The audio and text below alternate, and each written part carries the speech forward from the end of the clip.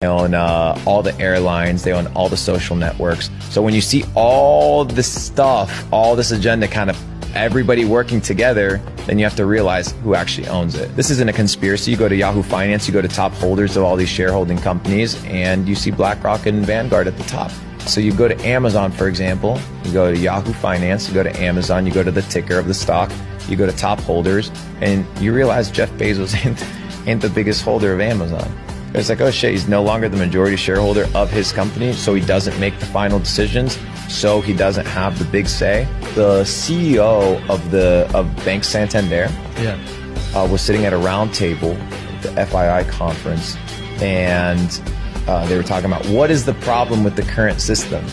And I think this was like a Freudian slip. She kind of slipped. I didn't think she intended to say this. She said, the big problem is that we have to make our investors and our shareholders happy.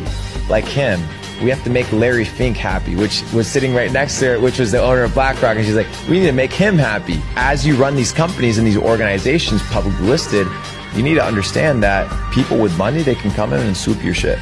BlackRock is one of those organizations. I made a video about it. It did quite well on the internet.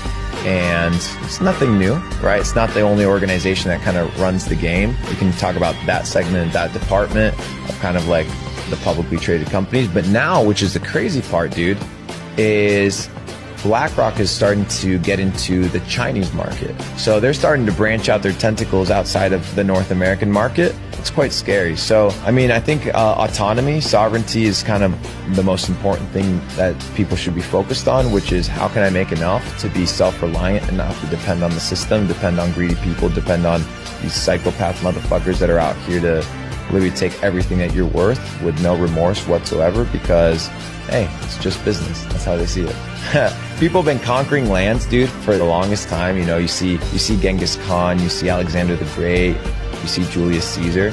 Dude, these were ruthless motherfuckers. These were killers. That's why they won. That's why they took over the game. So if you think that at the highest echelons of business, these guys aren't the same way, then you don't get the game.